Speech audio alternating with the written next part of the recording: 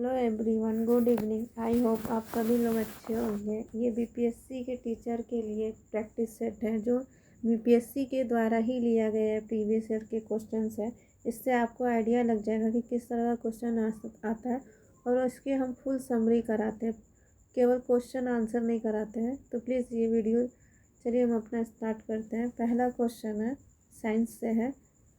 बर्फ का एक टुकड़ा शीर्ष तक पानी से भरे एक बीकर में प्लवमान है। जब पूरी बर्फ पिघल जाए तब पानी फर्श पर फैल जाएगा। मान लीजिए एक बीकर है, बीकर में क्या है, यहाँ पानी है। अब यहाँ पे क्या, एक बर्फ का टुकड़ा है। अब ये पिघलने के बाद क्या होगा, ये जो पानी है ये बाहर आके गिरेगा कि ये पानी का स्तर इतना ही रहेगा पिघलने के बाद। आगे देखिए क्या है कि बीकर में पानी का स्तर नीचे आ जाएगा, कि पानी का स्तर पहले गिरेगा और फिर यही बीकर से बाहर निकलेगा। फिर क्या, जल का स्तर नहीं बदलेगा, उपरोक्त में से कोई नहीं, उपरोक्त में से एक से अधिक। तो क्या हो जाएगा, उपरोक्त जल स्तर क्या होगा, नहीं बदलेगा। ऑप्शन नंबर क्या हो जाएगा, 4, जल का स्तर नहीं बदलेगा। नेक्स्ट क्वेश्चन, निम्नलिखित में से कौन सा सुमेलित नहीं है। वोल्ट मावी का जो मात्रक होता है विभवांतर है, कि आमीटर का यानी एमीटर बोलते हैं, उसका मात्रक विद्युत धारा है। विभव मापी यानी पोटेशियोमीटर विद्युत वाहक बल है, कि धारा मापी को विद्युत प्रतिरोध बोलते हैं, कि उपरोक्त में से कोई नहीं है, उपरोक्त में से एक से अधिक। तो किसका मात्रक क्या बोला था, सही नहीं है। तो किसका मात्रक सही नहीं है, वोल्ट मापी का मात्रक क्या होता है, विभवांतर होता है। यानी ये ऑप्शन क्या हो जाएगा, ये वाला मेरा सही है, तो ये ऑप्शन होगा नहीं। अमीटर का मात्रक क्या होता है, विद्युत धारा। अमीटर का क्या होगा, विद्युत धारा, तो ये भी मेरा ऑप्शन नहीं होगा। अब देखिए विभव मापी का क्या होगा, विद्युत वाहक बल, तो ये भी मेरा ऑप्शन नहीं होगा।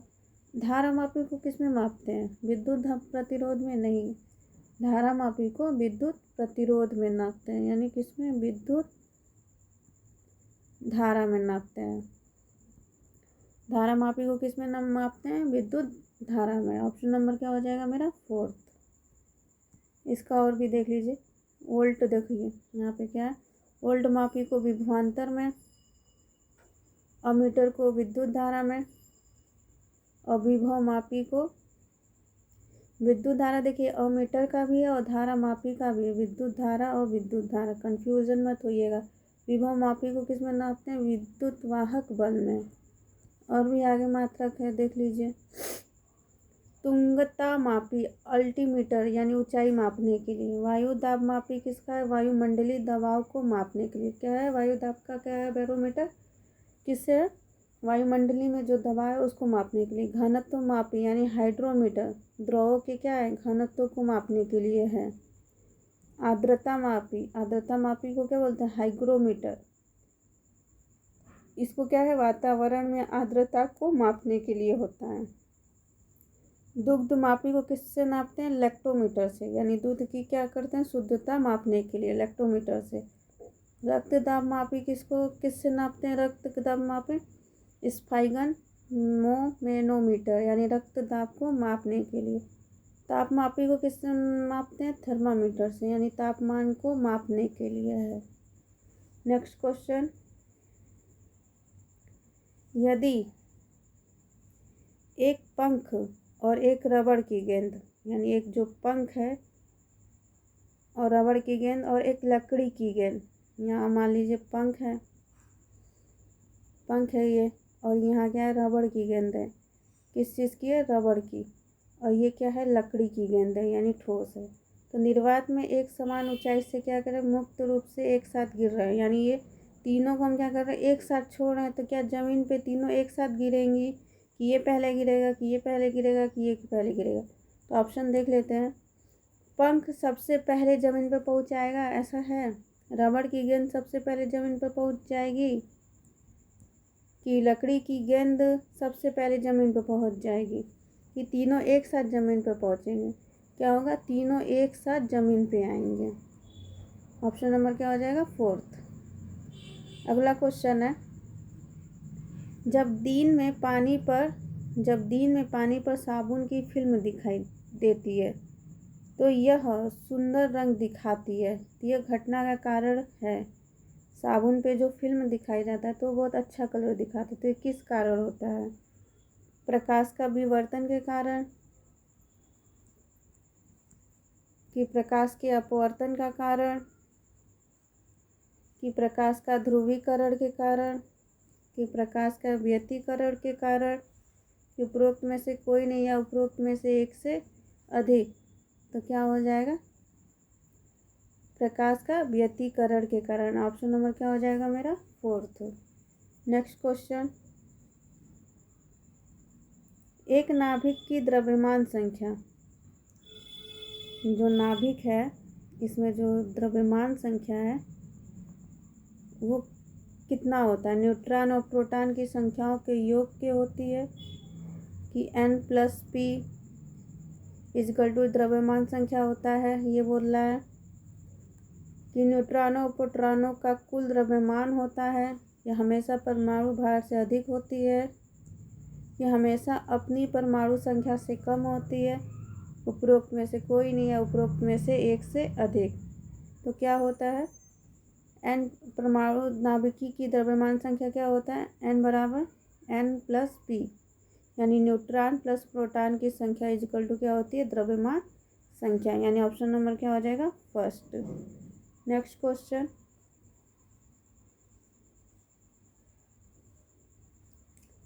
निम्नलिखित में से कौन सी सीमेंट का मुख्य घटक है?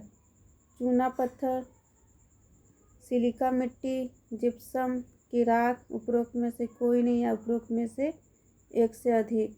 तो सीमेंट का मुख्य घटक क्या है, चूना पत्थर, यानी ऑप्शन नंबर क्या हो जाएगा मेरा, फर्स्ट। नेक्स्ट क्वेश्चन, एक तत्व के समस्थानिक अलग अलग होते हैं, प्रोटॉनों की संख्या में अलग अलग होते हैं, कि द्रव्यमान की संख्या में अलग अलग होते हैं, कि इलेक्ट्रॉनों की संख्या में अलग अलग होते हैं, समस्थानिक पूछ रहा है, कि परमाणु संख्या में अलग अलग होते हैं, कि उपरोक्त में से कोई नहीं है, उपरोक्त में से एक से अधिक। तो समस्थानिक कब अलग अलग होते हैं, द्रव्यमान संख्या में अलग अलग होते हैं। ऑप्शन नंबर मेरा क्या हो जाएगा, सेकेंड। नेक्स्ट क्वेश्चन, वह ताप बिंदु क्या कहलाता है जिस पर ठोस, द्रव और गैस की अवस्थाएं एक साथ रह सकती हैं? तो वो क्या कहलाएगा मेरा, क्वथनांक कहलाएगा, कि गलनांक कहलाएगा, कि हिमांक, कि त्रिक बिंदु, कि उपरोक्त में से कोई नहीं या उपरोक्त में से एक से अधिक। तो क्या कहलाता है, त्रिक बिंदु। त्रिक बिंदु पे क्या होते हैं, ठोस, द्रव, गैस की सभी अवस्थाएं क्या होती हैं, समान होती हैं। ऑप्शन नंबर क्या हो जाएगा, फोर्थ। नेक्स्ट क्वेश्चन, एल्यूमिनियम का सबसे महत्वपूर्ण अयस्क क्या है? बॉक्साइट है, कि कैलामाइन है, कि कैलासाइट है, कि गैलेना है, कि उपरोक्त में से कोई नहीं या उपरोक्त में से एक से अधिक। तो क्या हो जाएगा, एल्यूमिनियम का सबसे महत्वपूर्ण अयस्क क्या है, बॉक्साइट, यानी ऑप्शन नंबर क्या हो जाएगा मेरा, फर्स्ट। नेक्स्ट क्वेश्चन, निम्नलिखित में से किस विलयन के पीएच का मान 7 से अधिक होता है? मान लीजिए ये स्केल है, यहाँ से 0 से क्या बोलते हैं, 0 से यहाँ होता है ना, यहाँ 1 से 2, 2, 3, 4, ये 7 मान लीजिए आया, फिर 8, 9, 10। तो बोल रहे 7 से अधिक किसका होता है, बफर विलयन का, कि अम्लीय क्षारीय विलयन का, कि अम्लीय विलयन का, उपरोक्त में से एक से अधिक या उपरोक्त में से कोई नहीं। तो जब 7 से अधिक होता है तो वो मेरा विलयन कैसा होता है, क्षारीय होता है, यानी ऑप्शन नंबर क्या हो जाएगा, 2। इधर वाला अम्लीय होता है और इधर वाला क्या होता है मेरा, क्षारीय। स्केल का 2 पार्ट है, इधर वाला मान कितना होता है, अम्लीय होता है, और इधर वाला मेरा क्षारीय होता है। और 7 से अधिक था तो क्या हो जाएगा, क्षारीय, ऑप्शन नंबर 2। अब देख लीजिए कुछ का पीएच मान, वर्षा के जल का पीएच मान कितना है? 6.0 है। आंसू का कितना होता है? 7.4। और मूत्र का कितना है? 4.8 से लेके 8.4 तक होता है। समुद्री जल कितना होता है? सबसे ज़्यादा खारा होता है, यानी 8.5, यानी क्षारीय होता है समुद्री। अमाशय का कितना होता है? अमाशय में हमारा क्या होता है? अम्ल होता है। 1.0 से लेकर 3.0 तक कम होता है। लार में क्या होता है? 6.5 से लेकर 7.5 तक। नेक्स्ट क्वेश्चन,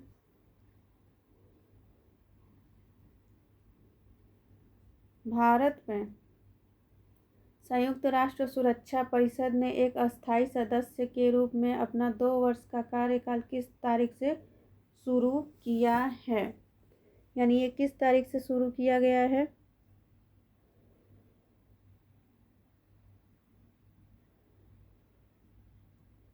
क्वेश्चन है वो करंट अफेयर्स का क्वेश्चन आ गया था। ये वाला क्वेश्चन क्या है? किस देश ने भारत को स्पुतनिक 5 यानी कोविड वैक्सीन का निर्यात किया गया था?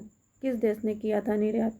अमेरिका, कि रूस, कि ब्रिटेन, कि फ्रांस, कि उपरोक्त में से कोई नहीं, या उपरोक्त में से एक से अधिक।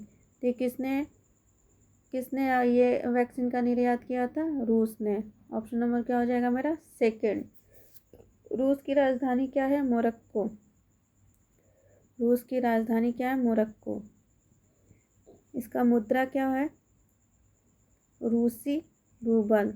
मुद्रा क्या है? रूसी रूबल, रूस की ये मुद्रा है। ये स्पुतनिक यानी कोविड-5 का निर्यात हुआ था। अगला क्वेश्चन है, जो बिडेन ये अमेरिका के राष्ट्रपति हैं, ने किसके रूप में पदभार ग्रहण किए थे? यानी ये चौथे नंबर के राष्ट्रपति, अमेरिका के 46वें राष्ट्रपति के रूप में, कि अमेरिका के 47वें राष्ट्रपति के रूप में, अमेरिका के 48वें राष्ट्रपति के रूप में, अमेरिका के 49वें राष्ट्रपति के रूप में, कि उपरोक्त में से कोई नहीं, या उपरोक्त में से एक से अधिक। तो किस नंबर के हैं जो बाइडेन ने किस रूप में पदभार ग्रहण किया है? अमेरिका के 46वें राष्ट्रपति के रूप में, यानी ऑप्शन नंबर क्या हो जाएगा मेरा? फर्स्ट। अमेरिका की राजधानी कहाँ है? Washington DC. Washington DC. Joe Biden क्या है कि सबसे उम्र दराज वाले राष्ट्रपति हैं। जो बाइडेन क्या है? सबसे उम्र दराज। इनकी उम्र क्या है? 78 साल। 78 साल के हो गए हैं। नेक्स्ट क्वेश्चन, 2011 की जनगणना के अनुसार बिहार के किस जिले में पुरुषों की तुलना में महिलाओं की क्या है? संख्या अधिक है? गोपालगंज में अधिक है महिलाओं की संख्या, कि बेगूसराय में अधिक है, कि पटना में अधिक है, कि सिवान में अधिक है? उपरोक्त में से कोई नहीं है, उपरोक्त में से एक से अधिक। तो कहाँ की महिलाएं अधिक हैं? गोपालगंज की। ऑप्शन नंबर क्या हो जाएगा मेरा? फर्स्ट। कुछ और देख लेते हैं। जनगणना के अनुसार 2011 की जनगणना के अनुसार बिहार की जनसंख्या कितनी है? 103,804 यानी 637। इकाई, दहाई, सैकड़ा, हजार, 10,000, लाख, 10 लाख, करोड़, 10 करोड़, यानी 10,38,04,637। जनसंख्या में वृद्धि दर कितनी हुई है? 25.07%। पुरुष कितना है? इकाई, दहाई, सैकड़ा, हजार, 10,000, लाख, 10 लाख, करोड़, यानी 5,41,85,357। महिला कितनी है? 4,96,96,19,290। महिलाएं कितनी है? 5 और 4। यहाँ बस देख लीजिए कि पुरुष ज़्यादा है और महिला क्या है? कम है। बिहार की साक्षरता दर कितनी है? 63.82%। 2011 के अनुसार पुरुष कितना है? 71.2%। महिला की कितनी है? 51.5%। बिहार की क्या बोल रहा है? बिहार में उच्चतम साक्षरता दर कहाँ है? रोहतास में है। कितना है? 73.37%। बिहार में सबसे कम साक्षरता दर कहाँ है? पूर्णिया में। कितना है? 51.0 0.08%, 51.08%। नेक्स्ट क्वेश्चन, बिहार, देखिए बिहार विधान परिषद की पहली बैठक किस वर्ष बुलाई गई थी? ये विधान परिषद का किस अनुच्छेद में? 168 में विधानमंडल है। विधानमंडल में क्या आता है? राज्यपाल आते हैं, विधानसभा आता है और विधान परिषद आता है। यानी विधान परिषद किस में? 170 में है। 170 में 169 का मतलब क्या है कि हम कहीं भी विधान परिषद बना सकते हैं और कहीं भी विधान परिषद समाप्त कर सकते हैं। फिलहाल विधान परिषद किस जगह कहाँ है? 6 जगह पे है। यूपी के बीच आम में हो रहा है, यानी उत्तर प्रदेश में है, बिहार में है, आंध्र प्रदेश में है, और फिर जम्मू कश्मीर में समाप्ति हो गया था, उड़ीसा में प्रस्तावित किया गया था। तो यही पूछा है कि पहली बैठक कब बुलाई गई थी? 1911 में बुलाई गई थी कि 1913 में बुलाई गई थी कि 1914 में बुलाई गई थी कि 1919 में बुलाया गया था कि उपरोक्त में से कोई नहीं या उपरोक्त में से एक से अधिक? तो कब बुलाया गया था? 1913 में। क्या हुआ? 1913 में बुलाया गया था। 1912 में क्या हुआ? गठन हुआ है। विधान परिषद का क्या हुआ? गठन हुआ है। पहली बैठक कब हुई थी ये भी जान लीजिए, 20 जनवरी 1913। 20 जनवरी 1913 को कि कहाँ पे हुआ था ये बैठक? पटना कॉलेज के बांकीपुर में बुलाई गई थी। बांकीपुर में बुलाई गई थी। ये बैठक कहाँ हो गई थी? पटना कॉलेज के बांकीपुर में। अगला क्वेश्चन है, बिहार की रश्मि कुमारी एक क्या है?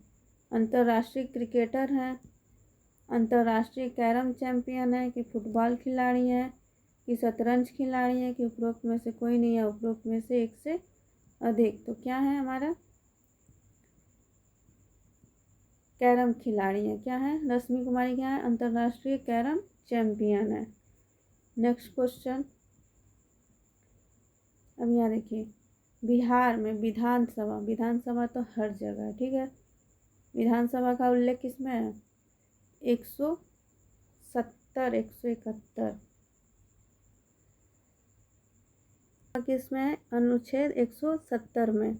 इसका कार्यकाल कितने वर्ष का होता है? 5 वर्ष के लिए होता है। इसमें अधिकतम आयु कितनी होनी चाहिए? 25 वर्ष होनी चाहिए। अधिकतम आयु कितनी होनी चाहिए? 25 वर्ष। और जबकि विधान परिषद में क्या है? 6 वर्ष का कार्यकाल होता था और 30 वर्ष की आयु होनी चाहिए थी। और विधान परिषद में मिनिमम सीट कितनी होनी चाहिए थी? 40 सीट होगा तभी विधान परिषद वहाँ बनेगा।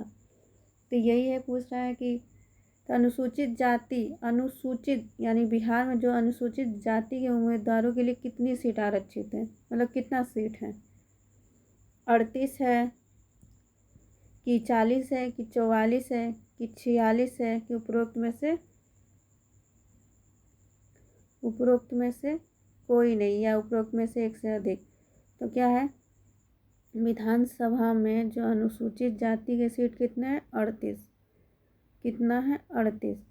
अनुसूचित जनजाति का सीट कितना रखा गया? अनुसूचित जनजाति, ये सब बिहार में है। जनजाति का सीट कितना है? 2 है। तो अनुसूचित जनजाति की सीट कितनी है? 2। विधानसभा की सीटें कितनी है? 243। लोकसभा की सीट कितनी है? 40। विधान परिषद की सीट कितनी है? 75। और राज्यसभा में कितनी सीटें हैं? 16। तो ऑप्शन नंबर मेरा क्या हो जाएगा? फर्स्ट, 38। नेक्स्ट क्वेश्चन, बिहार में पंचायत निकायों में महिलाओं को 50% का आरक्षण किस वर्ष प्रदान किया गया था? यानी किस वर्ष ये शुरू हो गया था? 2005 में कि 2006 में कि 2009 में कि 2014 से कि उपरोक्त में से कोई नहीं या उपरोक्त में से एक से अधिक? तो 50% का आरक्षण किस वर्ष शुरू हुआ था? 2006 में। यानी ऑप्शन नंबर क्या हो जाएगा मेरा? 2। 50% का आरक्षण 2006 में शुरू हुआ था बिहार में। सबसे पहले बिहार में शुरू हुआ था। अगला क्वेश्चन है अटल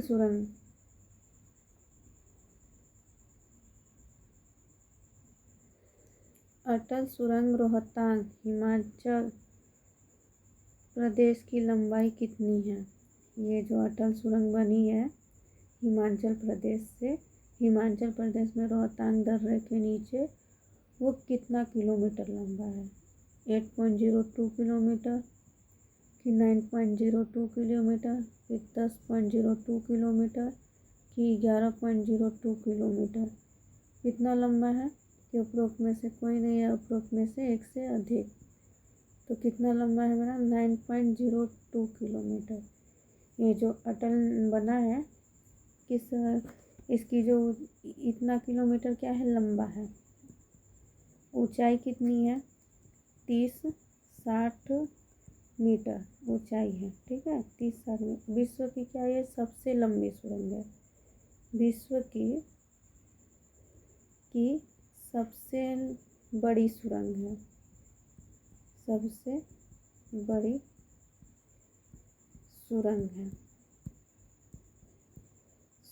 है, ठीक है, विश्व की सबसे बड़ी सुरंग है। ये कहाँ बना गया है? रोहतांग दर्रा के नीचे बनाया गया है, जो लेह से लेके मनाली तक का जोड़ता है। लेह कहाँ है? लद्दाख में है, और मनाली कहाँ है? हिमाचल प्रदेश में। ये इतनी लंबी सुरंग बनाई गई है जो लद्दाख से डायरेक्ट हिमाचल प्रदेश आ सकता है। यह सुरंग का जो आकार है घोड़े की नाल की तरह, यानी ऐसे है। जो आकार है ये घोड़े के नाल की तरह है। अगला क्वेश्चन है,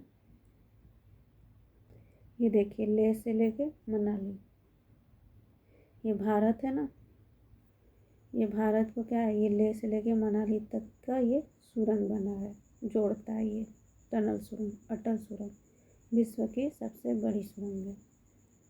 नेक्स्ट क्वेश्चन,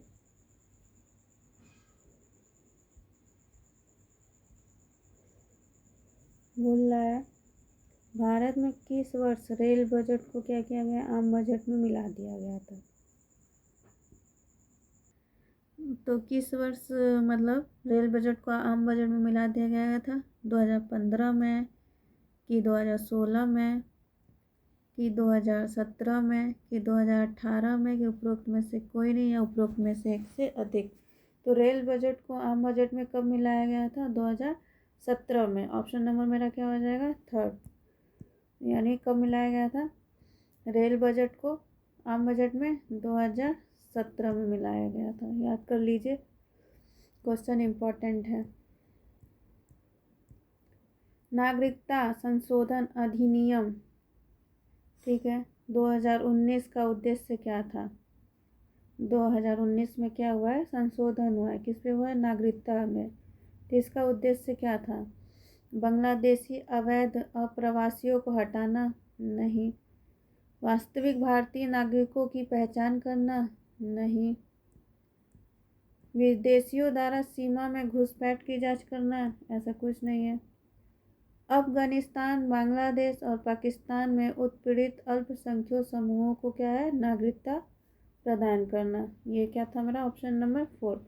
यानी अफगानिस्तान और बांग्लादेश और पाकिस्तान में जो उत्पीड़ित अल्पसंख्यक समूह के लोग थे उनको क्या करना था? नागरिकता प्रदान करना था। नागरिकता हमारा संविधान के किस भाग में है? भाग 2 में। भाग 2 में। और संशोधन किस भाग में है? भाग 20 में। संशोधन हमारा किस में? भाग 20 में है। तो संशोधन का अनुच्छेद क्या है? 368। अनुच्छेद क्या है? 368, ठीक है। ये संशोधन कहाँ से लिया गया है? मतलब दक्षिण अफ्रीका से लिया गया था। संशोधन हमारा कहाँ से लिया गया था? दक्षिण अफ्रीका से लिया गया था। और नागरिकता में भाग 2 में अनुच्छेद कहाँ से कहाँ तक है? 5 से लेके 11 तक। और नागरिकता हम कितने प्रकार से ले सकते हैं? भारत में 5 प्रकार के ले सकते हैं। पहला है हमारा वंश परंपरा, यानी मेरे मान लीजिए हमारा जन्म विदेश में हुआ, लेकिन हमारे जो वंश है भारत में थे, तो हमें क्या मिल जाएगी? भारत की नागरिकता मिल सकती है। देशीयकरण, दूसरी नागरिकता क्या है, देसीकरण। जो ये अफगानिस्तान और पाकिस्तान वाले को अल्पसंख्यकों को मिला है ना, वो इसी बेस पे मिला है, देसीकरण पे। देसीकरण का मतलब क्या होता है कि 8वीं अनुसूची में मतलब क्या होता है कि भाषा का ज्ञान हो, भारत में जो भी भाषाएं हो उनका ज्ञान हो, और क्या हो, देश के प्रति इनका लगाव हो, तभी इनको नागरिकता मिल सकती है। तो देसीकरण के ही द्वारा इनको मिली है। और तीसरा हमारा क्या हो जाएगा, पंजीकरण। जो 7 साल तक भारत में लगातार बना रहेगा उसको भारत की क्या मिल सकती है, नागरिकता मिल सकती है। और चौथा क्या है, भूमि अर्जन। जो जैसे मान लीजिए पाकिस्तान है और भारत है, तो पाकिस्तान अगर चाहता है कि भारत में मिलना, तो जितने भी पाकिस्तान के लोग होंगे क्या हो जाएंगे, उनको भारत की नागरिकता मिल सकती है, यानी उसको क्या बोलेंगे, भूमि अर्जन। 1 2 3 4। और एक प्रकार और है हमारा, एक प्रकार और है, एक हमें कैसे मिलता है, जन्म से मिलता है, यानी हमारा जन्म क्या हो, भारत में ही हो, तो ये एक हमारा क्या हो जाएगा, जन्म से। यानी पहला क्या है, वंश परंपरा, देसीकरण, पंजीकरण, भूमि अर्जन, और एक होता है जन्म से। यानी 5 प्रकार से हमें नागरिकता मिल सकती है। Next question, central Vista project किसे संदर्भित करता है, यानी विस्टा प्रोजेक्ट क्या है। नई दिल्ली में एक आईटी पार्क का निर्माण करना,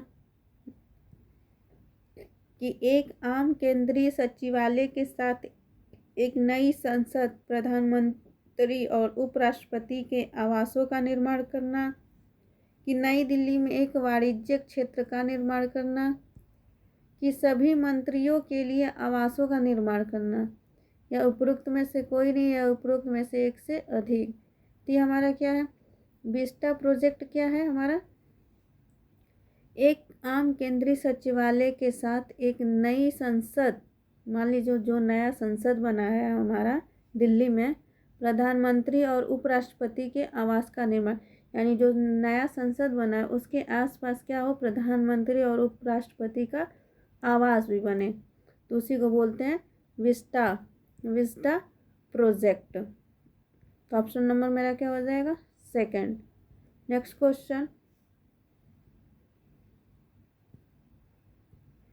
नेक्स्ट क्वेश्चन क्या है, जम्मू और कश्मीर, जम्मू और कश्मीर राज्य के विभाजन के बाद बने किस केंद्र शासित प्रदेश की अपनी कोई विधायिका नहीं है। टोटल केंद्र शासित प्रदेश कितने हैं, 9 हैं।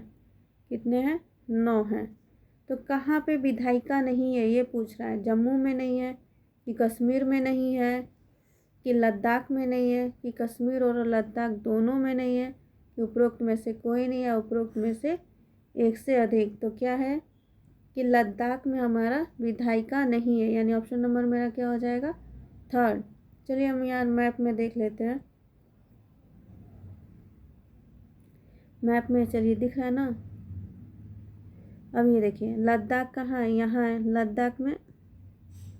लद्दाख में क्या है कि यूनिट मतलब विधायिका नहीं है, यहाँ पे क्या है मेरा, विधायिका नहीं है। और कहाँ कहाँ विधायिका नहीं है देख लीजिए, अंडमान निकोबार, यानी यहाँ पे भी क्या है, विधायिका नहीं है।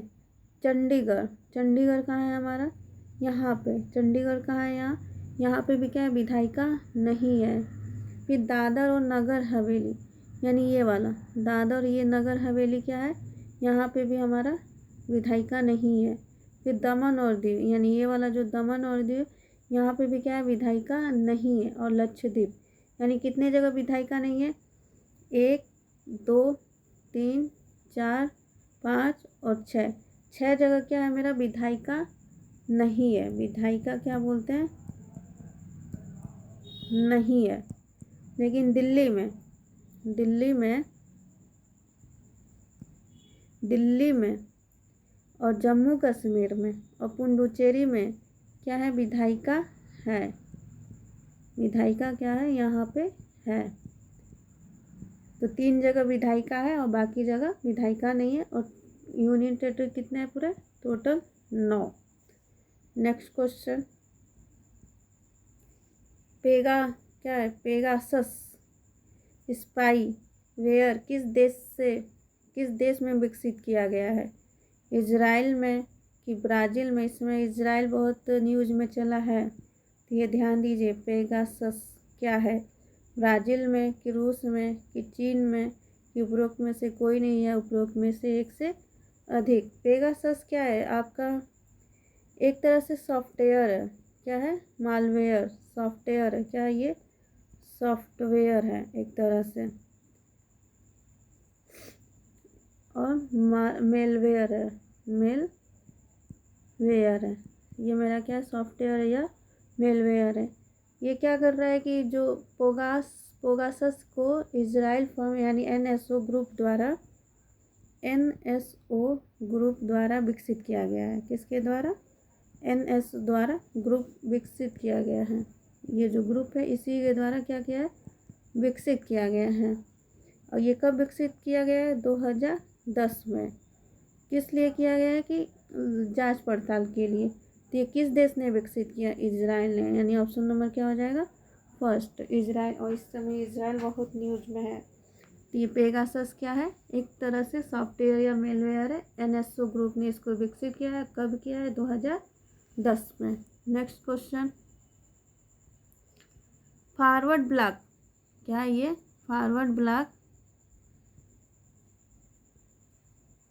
फॉरवर्ड ब्लॉक किसके द्वारा स्थापित किया गया? सरदार सिंह राणा या सुभाष चंद्र बोस कि जयप्रकाश नारायण द्वारा कि लक्ष्मी सहगल द्वारा कि उपरोक्त में से कोई नहीं या उपरोक्त में से एक से अधिक। तो ये हमारा फॉरवर्ड ब्लॉक किसके द्वारा स्थापित किया गया है? सुभाष चंद्र बोस के द्वारा। यानी ऑप्शन नंबर क्या हो जाएगा? 2। एक और क्वेश्चन पूछा था, ये बोस शब्द है किस देश से जुड़ा हुआ है? ये बोस शब्द किससे जुड़ा हुआ है? जर्मनी देश से जुड़ा हुआ है। 1939 का त्रिपुरी का अधिवेशन हुआ था। त्रिपुरी में क्या अधिवेशन हुआ था? यहाँ पे क्या हुआ था? सुभाष चंद्र बोस जीत गए थे, लेकिन पट्टाभी सीतारमैया क्या हुआ? हार गए थे। तो गांधी ने क्या कहा था? पट्टाभी सीतारमैया की हार मतलब मेरी हार। तो सुभाष चंद्र बोस ने क्या किया? इस्तीफा दे दिया। जब इस्तीफा दिए तो उसके बाद कौन अध्यक्ष बना था? राजेंद्र प्रसाद बने थे। तो राजेंद्र प्रसाद उस त्रिपुरी के अधिवेशन के क्या बन गए थे? अध्यक्ष बन गए थे। ठीक है। तो फिर सुभाष चंद्र बोस ने गांधी जी को कौन सी उपाधि दी थी? राष्ट्रपिता की।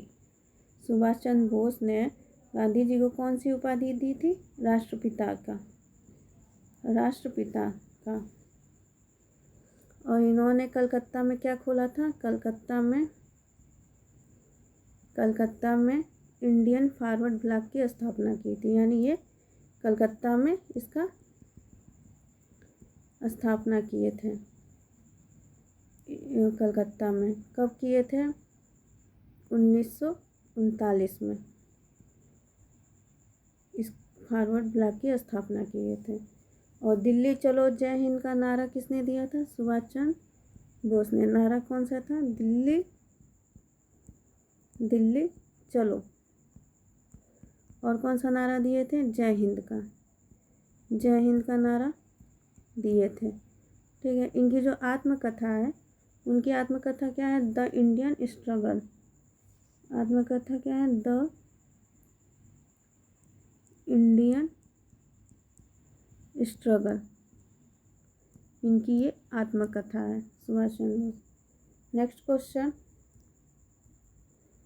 अंतरिम सरकार में वित्त मंत्री कौन थे? लियाकत अली खान कि सरदार पटेल कि M.A. जिन्ना कि जवाहरलाल नेहरू कि उपरोक्त में से कोई नहीं या एक से अधिक। तो अंतरिम सरकार में वित्त मंत्री के कौन थे? लियाकत अली खान। यानी ऑप्शन नंबर क्या हो जाएगा मेरा? फर्स्ट।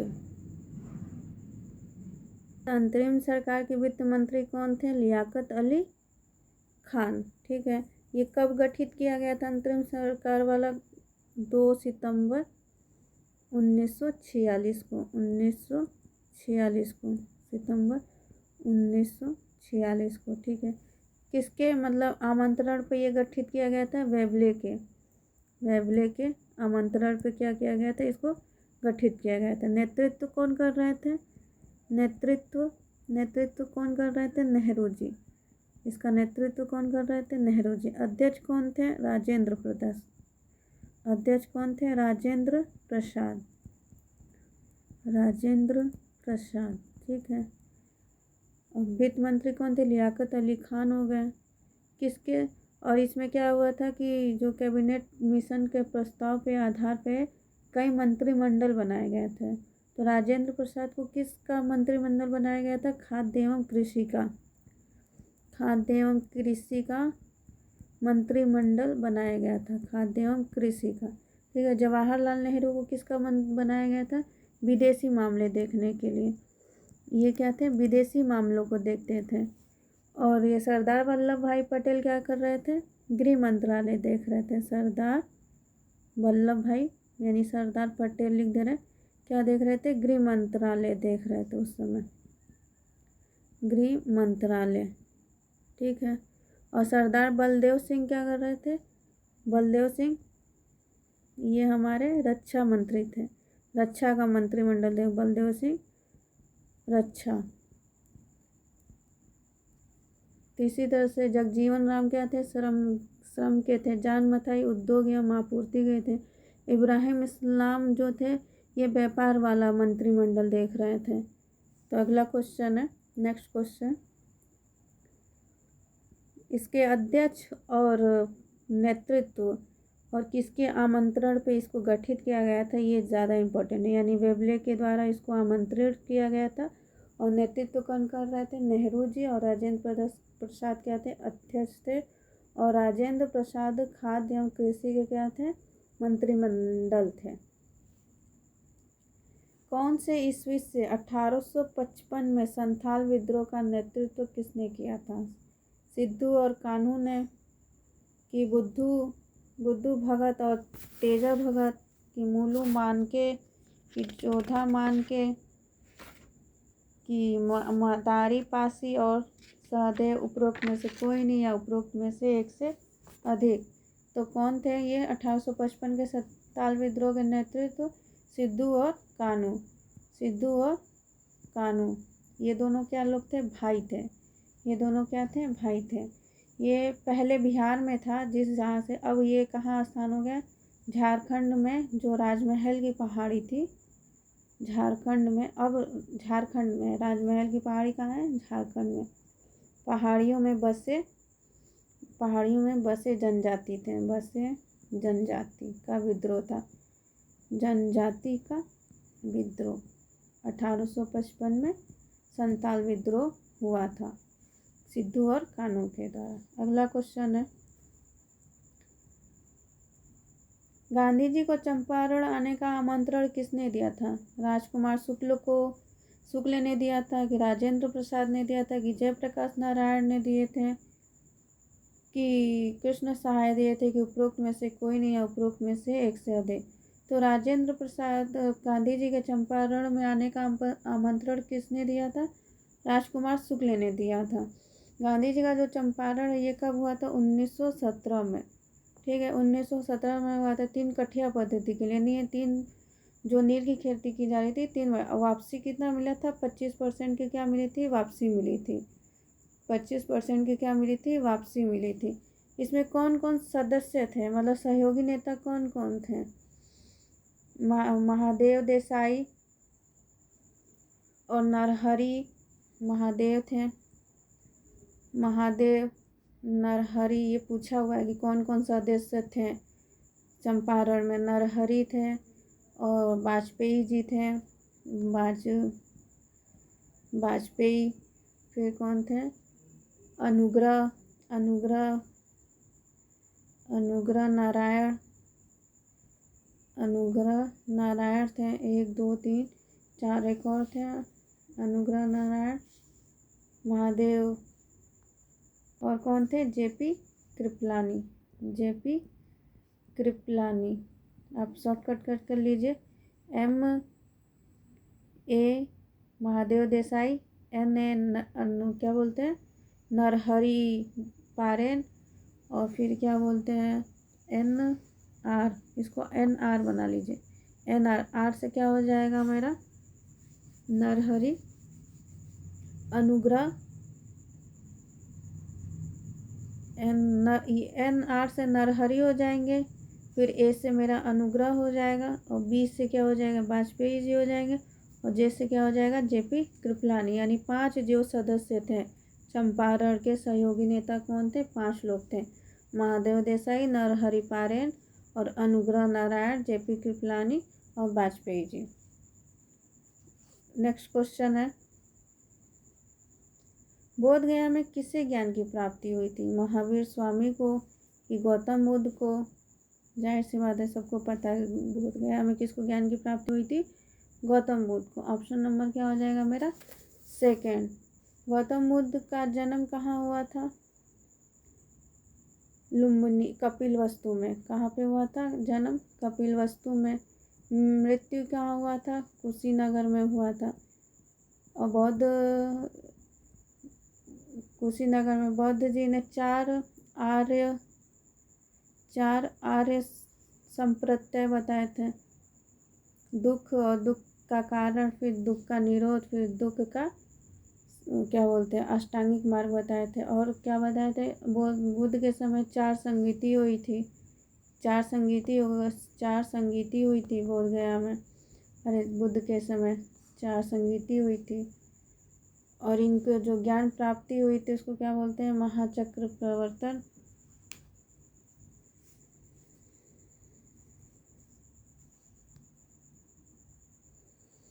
आज चलिए बोध गया के बारे में पूरा बता देते हैं।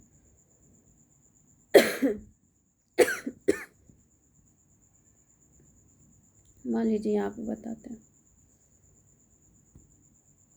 पहला क्या है कि बौद्ध ग्रंथ क्या है, बौद्ध ग्रंथ में ब्रह्मजाल सूत्र कितने थे, 62 संप्रदाय थे। कितने संप्रदाय थे, 62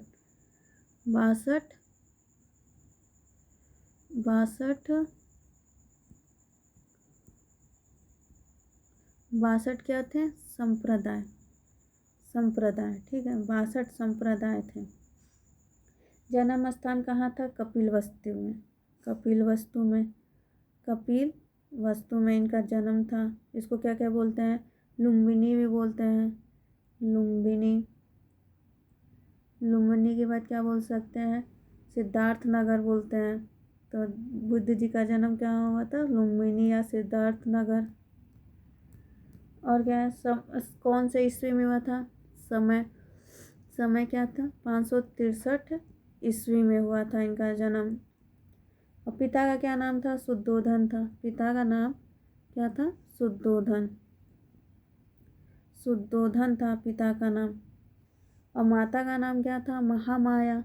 माता का नाम क्या था, महामाया, ठीक है, माता का नाम महामाया था। और इनके घटना का जो क्रम जो था घटना का, वो क्या था, सबसे पहले ये किसको देखे थे, वृद्ध व्यक्ति को।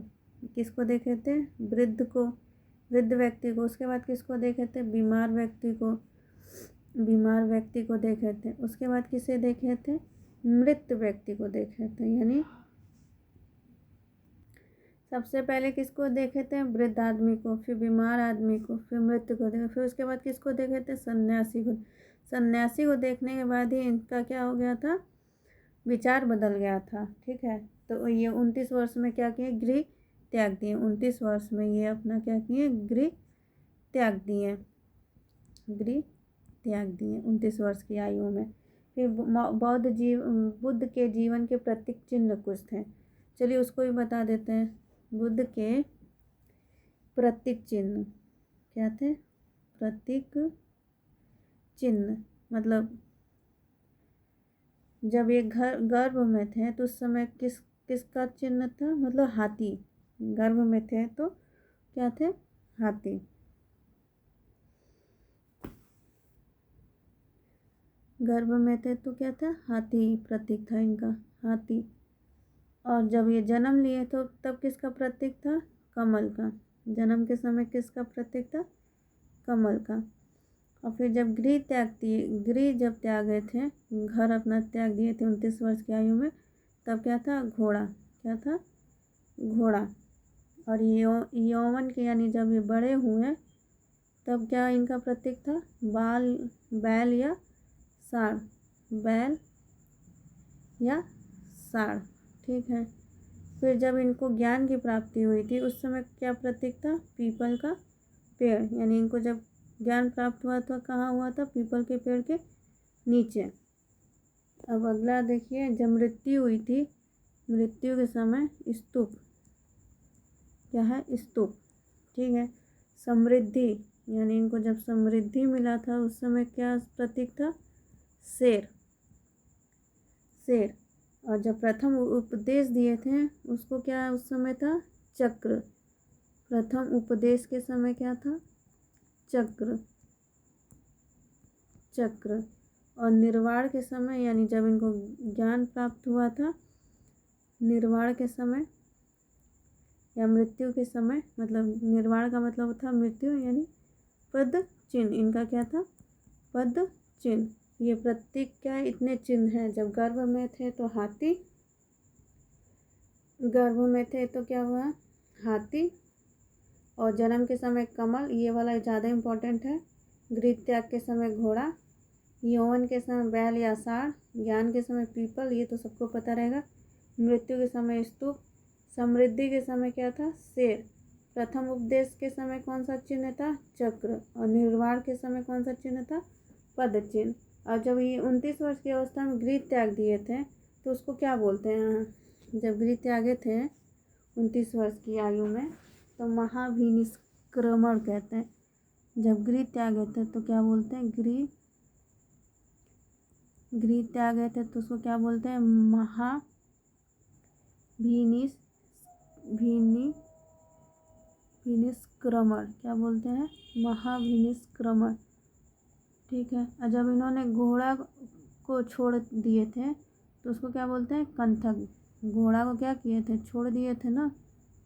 घोड़ा को जब गृह त्यागे थे तो उस समय घोड़ा को क्या किए थे? रास्ते में छोड़ दिए थे तो उसको क्या बोलते हैं? कंथक। कंथक। ठीक है। और उनके साथ एक सारथी भी था, उसको भी छोड़ दिए थे गृह त्याग करते समय। सारथी। सारथी। सारथी। तो उसको क्या बोलते हैं? छन्नक। छन्न या छन्नक। छन्न या छन्नक कहते हैं। यानी ये जब गृह त्याग किए थे तो उसको क्या बोलेंगे? महाभिनिष्क्रमण। और जब घोड़े को वो छोड़ के गए थे तो उसको क्या बोलते हैं? कंथक। और सारथी को जब छोड़ के गए थे मतलब उसी समय तो छन या छन्नक। अब देखिए बोध गया, जब बोध गया में थे, बोध गया में गौतम बुद्ध अपने 5 ब्राह्मणों के साथ थे, तब वहाँ क्या कर रहे थे? तपस्या कर रहे थे। तब उन्होंने सुजाता नामक कन्या से क्या किए? खीर खा लिए थे। तो खीर खा लिए थे तो उस समय गौतम बुद्ध को क्या हुआ कि बोध हो गया था। किस चीज़ का बोध हो गया था? ज्ञान का। तो कहाँ ज्ञान का बोध हुआ था उनको? बिहार में बोध गया जगह पे। ठीक है।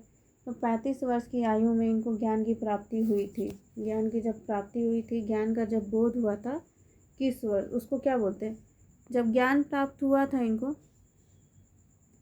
ज्ञान प्राप्त हुआ था, ज्ञान प्राप्त हुआ था तो क्या कब प्राप्त हुआ था? 35 वर्ष की आयु में हुआ था। ठीक है। पूर्णिमा यानी उस दिन क्या था? बैसाख था। बैसाख यानी पूर्णिमा। पूर्णिमा के दिन हुआ था प्राप्त इनको ज्ञान। पीपल के वृक्ष के नीचे ज्ञान प्राप्त हुआ था। और पुनपुन नदी यानी निरंजना यानी फाल्गुन नदी। पुनपुन नदी को क्या बोलते हैं? निरंजना नदी। और इसको क्या बोलते हैं? फाल्गुन नदी भी बोलते हैं। निरंजना यानी फाल्गुन, यानी ये एक ही नदी है। तो ये सभी को क्या बोलेंगे हम? संबोधि। क्या बोल देंगे? संबोधि कहलाता है। ये पूरा मिलकर क्या कहलाएगा हमारा? संबोधि। ज्ञान की प्राप्ति बैसाख पूर्णिमा के दिन पीपल के पेड़ के नीचे पुनपुन निरंजना यानी फाल्गुन नदी के किनारे 35 वर्ष की आयु में प्राप्त हुआ था। तो इसको हम क्या बोलेंगे? संबोधि। अब बोध गया में जब ये तपस्या और मलिक नामक 2 बंजारों से इनका मुलाकात हुई तो उसको क्या बोलते हैं? उपासक। 2 बंजारों से जब इनकी मुलाकात हुई तो उसको क्या बोलते हैं? उपासक। उपासक उसको कहते हैं जो गृहस्थ जीवन में रह के बौद्ध धर्म को अपना ले तो उसको क्या बोलेंगे? उपासक या उपासिका। बौद्ध संघ की स्थापना कहाँ हुई थी? सारनाथ में। बौद्ध संघ की स्थापना कहाँ हुई थी? सारनाथ में। सारनाथ में। सबसे प्रिय शिष्य इनका कौन था? आनंद। सबसे प्रिय शिष्य कौन था? आनंद। ठीक है। आनंद के कहने पे ही क्या बोलते हैं, वैशाली मतलब मौसी को संघ में प्रवेश मिला था। सबसे प्रिय कौन था? आनंद। सबसे ज़्यादा समय गौतम बुद्ध कहाँ बिताए? मतलब सबसे ज़्यादा वर्षा काल जिसको बोलते हैं वर्षा का, तो कहाँ ये बिताए हैं? श्रावस्ती या कौशल में। श्रावस्ती या